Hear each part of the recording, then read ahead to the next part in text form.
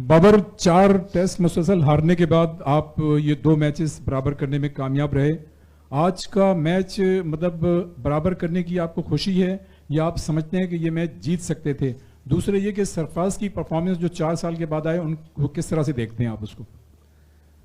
बिल्कुल, हमारा प्लान यही था कि हमने जीतने की तरफ जाना। और जब हमने सुबह स्टार्ट किया तो हमने कोशिश की थी कि सेशन बाय सेशन खेलें और उसके बाद आखिरी सेशन में देखेंगे कि हम कहाँ स्टैंड कर रहे हैं। और उसके बाद हमें लगा कि हम चेस कर सकते हैं। और उसके बाद सैफ़ी और साउद शकील ने चेस की तरफ गए हैं और उसी तरीके से जो हमारा प्लान था एग्जीक्यूट किया। और मेरे ख्याल से जब साउद हुआ और उसके बाद आगा गया तो उन्होंने थोड़ा सा फील्डिंग को वैसा नहीं किया जैसे हम समझ रहे थे। उन्होंने भी अपनी सेफ साइड देखी। और लेकिन जब आगा आउट हुआ तो फिर गेम में आए। देखें, एक ये फ़नी गेम है और कभी इन एंड आउट आप मैच में आते हैं, कभी नहीं आते, कभी उनकी तरफ जा रहा था, कभी हमारी तरफ जा रहा था। और इन दी एंड हमारी टीम ने भी काफ़ी जो है रिस्पॉन्सिबिलिटी ली, उन पे थोड़ा सा प्रेशर डाला। मुश्किल होता है नया बॉल खेलना और सब जब फील्डर आपके ऊपर सारे शॉर्ट लेग्स पे खड़े होते हैं तो काफ़ी आप पे प्रेशर आता है। लेकिन मेरे ख्याल से नसीम और अबरार ने काफ़ी अच्छा खेला। और जहाँ तक आपने रही सरफराज की बात, बिल्कुल सैफ़ी भाई ने जिस तरह कम बैक किया और परफॉर्म किया और मैच को निकाला, मेरे ख्याल से जिस तरह हमारे 100 पे 4 आउट हो गए थे, उसके बाद जो साउद और सैफ़ी भाई की पार्टनरशिप लगी वो मैच में हमें वापस लाई।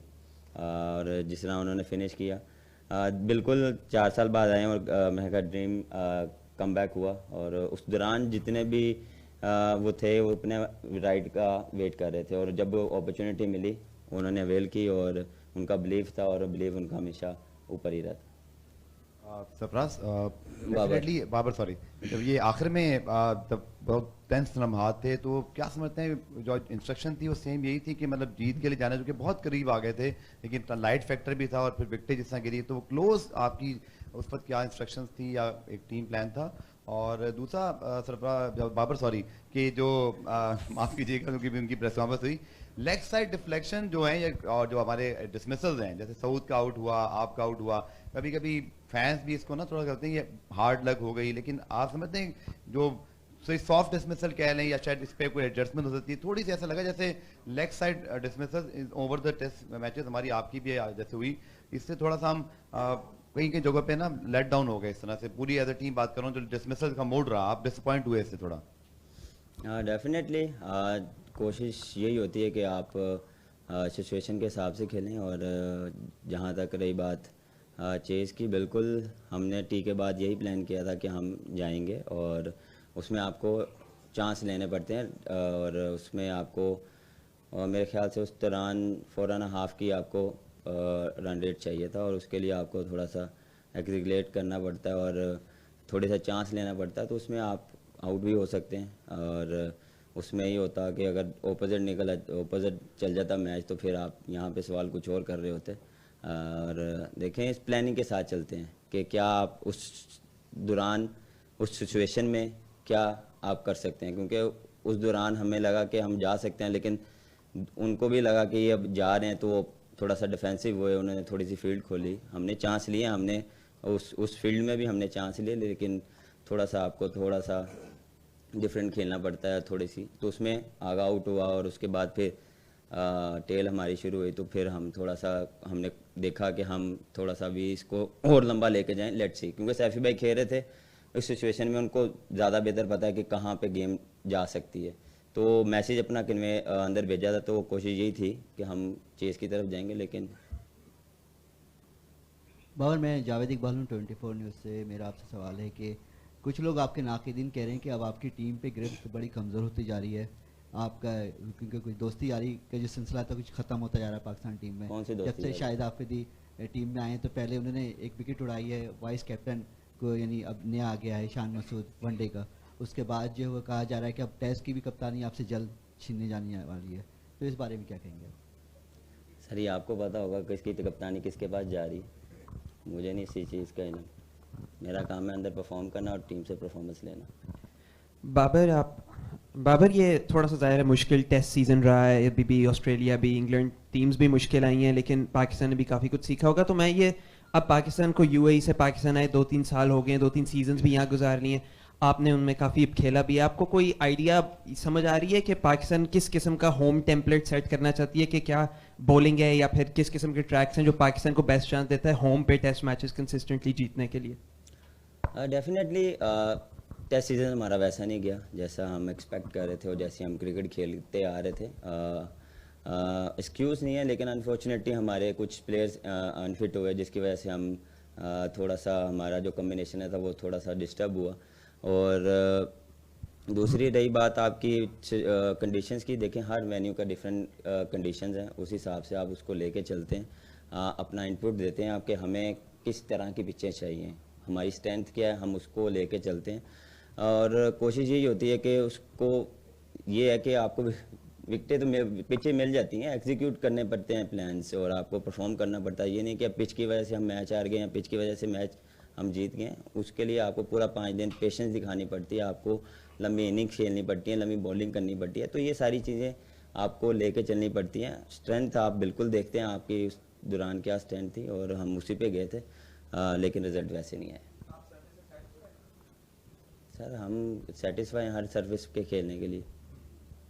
बाबर, एक क्रिकेटर्स के बारे में एक राय है कि भाई एलीट क्लास के ये लोग होते हैं, 5 स्टार होटलों में रहते हैं, 5 स्टार लग्जरी इंजॉय करते हैं, लेकिन फिर जब क्रिटिसिज्म हो रही होती है तो जिस तरह आप पाकिस्तान के कप्तान हैं और ये चूँकि अच्छा टेस्ट सीरीज़ हमारी तीनों टेस्ट सीरीज़ ख़राब गई, चले न्यूजीलैंड से तो हमने ड्रॉ कर ली, तो ये जब इस किस्म की सूरत हाल आती है तो ये क्रिटिसिज्म जब चल रही होती है तो एज ए प्लेयर या एज ए कैप्टन आपके क्या जज्बात होते, क्या फील कर रहे होते?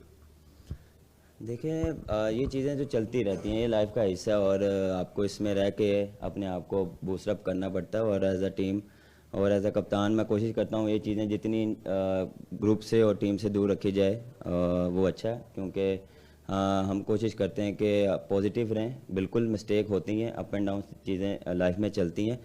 हाँ ये है कि हम कोशिश करते हैं कि उस चीज़ से जितना हम सीखें गलतियों से उतना हमारे लिए अच्छा है। हर एक की अपनी ओपिनियन होती है, हर एक का अपना बोलने का मकसद होता है, लेकिन हमारा जो काम है परफॉर्म करना और परफॉर्म हम कोशिश करते हैं कि करते रहें। बाबर, बार बार हम ये कहते हैं और कि वाइट बॉल की हमारी परफॉर्मेंस बहुत अच्छी है, लेकिन रेड बॉल में हम ख़राब हो रहे हैं, तो क्या हमें करना पड़ेगा? क्या हमें अपने बॉलर्स या कुछ प्लेयर्स रेड बॉल के लिए बिल्कुल अलग मखसूस करने पड़ेंगे? देखें ये प्लानिंग होती है, ये नहीं कि आप एक टीम बना लें और उसे कहें जी एकदम आप साइड पे कर लें। हर चीज़ को टाइम लगता है, टीम बनने में भी टाइम लगता है और ये ऐसी चीज़ें करने में भी आपको टाइम लगता है। आहिस्ता आहिस्ता चीज़ें चलती हैं। जिस तरह हमारी टीम ऑलमोस्ट टेस्ट मैच की काफ़ी अच्छी थी, लेकिन सडनली क्या हुआ कि इंजरीज हुई, हमारी टीम थोड़ी सी डिस्टर्ब हुई, प्लेस की परफॉर्म थोड़ी सी ऊपर नीचे हुई, तो हमारे चेंज की वजह से थोड़ी सी हमारी वैसी परफॉर्मेंस नहीं आ पाई। लेकिन एक्सक्यूज़ नहीं है, लेकिन हमने कोशिश की है कि हम बेस्ट कर पाएँ, बेस्ट दें और बेस्ट करने की कोशिश करें और मैचेस जीतें, लेकिन अनफॉर्चुनेटली वैसा नहीं हुआ। फ्यूचर में देखेंगे कि ये चीज़ होनी चाहिए, क्योंकि क्रिकेट इतनी हो गई है कि आपको हर फॉर्मेट के लिए आपको खेलना है तो उसके लिए एक्स्ट्रा फिट होना पड़ेगा।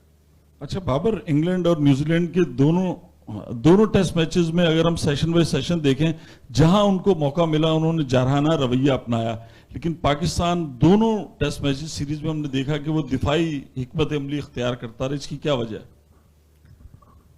वजह कुछ नहीं है। देखें जब आपकी पार्टनरशिप ब्रेक होती है तो आप थोड़ा सा देखते हैं कि नए बैट्समैन के लिए जाने के लिए थोड़ा सा डिफ़िकल्ट होता है, वहाँ पे आपको पार्टनरशिप बिल्ड करनी पड़ती है। और आज भी वो हुआ कि हमारे 2 सेट बैट्समैन जब आउट हुए तो उसके बाद हमारी टेल थी और टेल हमारी वैसे ही परफॉर्म नहीं कर पा रही थी, तो इसी वजह से। लेकिन हमारा जो प्लान यही था कि हमने चेस के लिए जाना है। बाबर, जब हसन अली बैटिंग के लिए गए तो उन्होंने जारहाना अंदाज भी अपनाया और ऐसा लगा कि शायद आपकी हिदायत है कि मैच को फिनिश करना और जीतना ऐसे, लेकिन उस शॉट के बाद बार बार बाहर से हिदायत जा रही थी और उसके बाद 5 डॉट बॉल हसन अली ने खेले, तो क्या कोई हिदायत गई थी कि इसको स्लो कर लो, मैच को ड्रॉ की तरफ लेके जाना है? एक तो ये, और दूसरा ये कि नसीम शाह और अबरार को कितना क्रेडिट देंगे? नो डाउट कि सरफराज को तो सारा क्रेडिट जाता है, लेकिन जिस प्रेशर में इन दोनों टैलेंटेड ने बैटिंग की और जिस तरीके से फील्डिंग ली गई थी, तो इन दोनों को कितना क्रेडिट देंगे?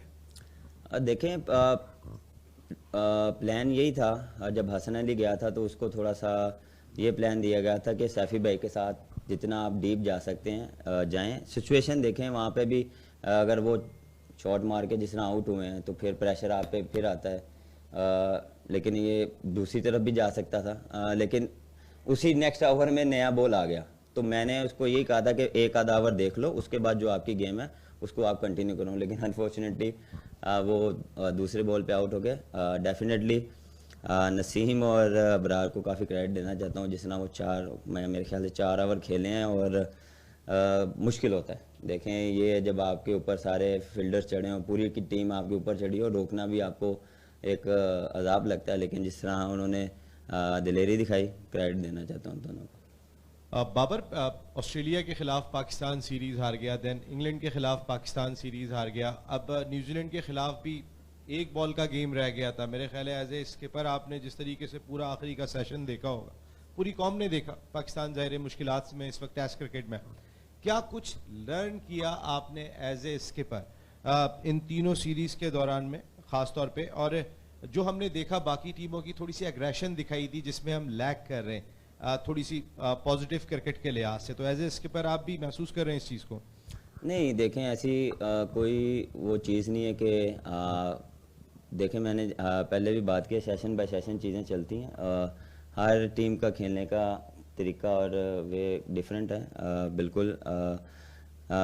टेस्ट क्रिकेट भी फास्ट हो गई है, आपको शॉटें आपको और बढ़ानी पड़ती हैं, लेकिन उस चीज़ को टाइम लगता है, और दूसरा ये कि आपको फेयर चांस देने पड़ेंगे, क्योंकि आप एक या 2 मैचेस के बाद अगर हम डिफरेंट तरीके से क्रिकेट खेलेंगे तो आप कहेंगे कि डिफेंसिव क्यों नहीं खेल रहे, और जब हम फास्ट खेलते हैं तो आप कह रहे हैं डिफेंस फास्ट क्यों खेल रहे हैं। तो ये चीज़ें चलती रहेंगी, एक स्टैंडर्ड सेट करना पड़ेगा और उसके लिए अब फिर आपको पूरा साल देना पड़ेगा और मैचेस देने पड़ेंगे उस चीज़ को कंटिन्यू करने के लिए।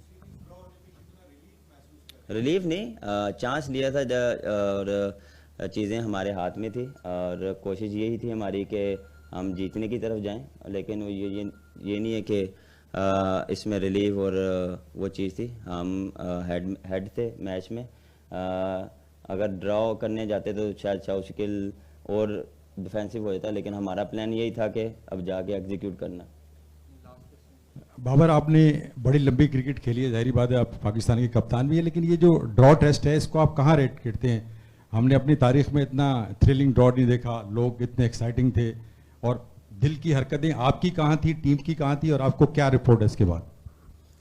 डेफिनेटली देखें, ये इसीलिए कहते हैं ये टेस्ट मैच की खूबसूरती यही है, कभी एक सेशन में आप गेम उधर निकल जाता है दूसरी टीम की तरफ, कभी आपकी तरफ आता है। और इसमें आज वाले सिनेरियो में ये था कि एक विकेट पे उनके पास जा रहा था मैच, और जब पार्टनरशिप लगती थी तो लगता था कि यार अब जीत सकते हैं। तो बिल्कुल इन एंड आउट चीज़ें चल रही थी, लेकिन ड्रेसिंग रूम का माहौल यही था कि डिफरेंट हो सकता है, यू नेवर नो, लेकिन बिलीव यही था कि हम कर सकते हैं और हम गए भी। लेकिन जब लास्ट टेल चली तो हम कोशिश उनका यही था कि जितना स्टे करें उधर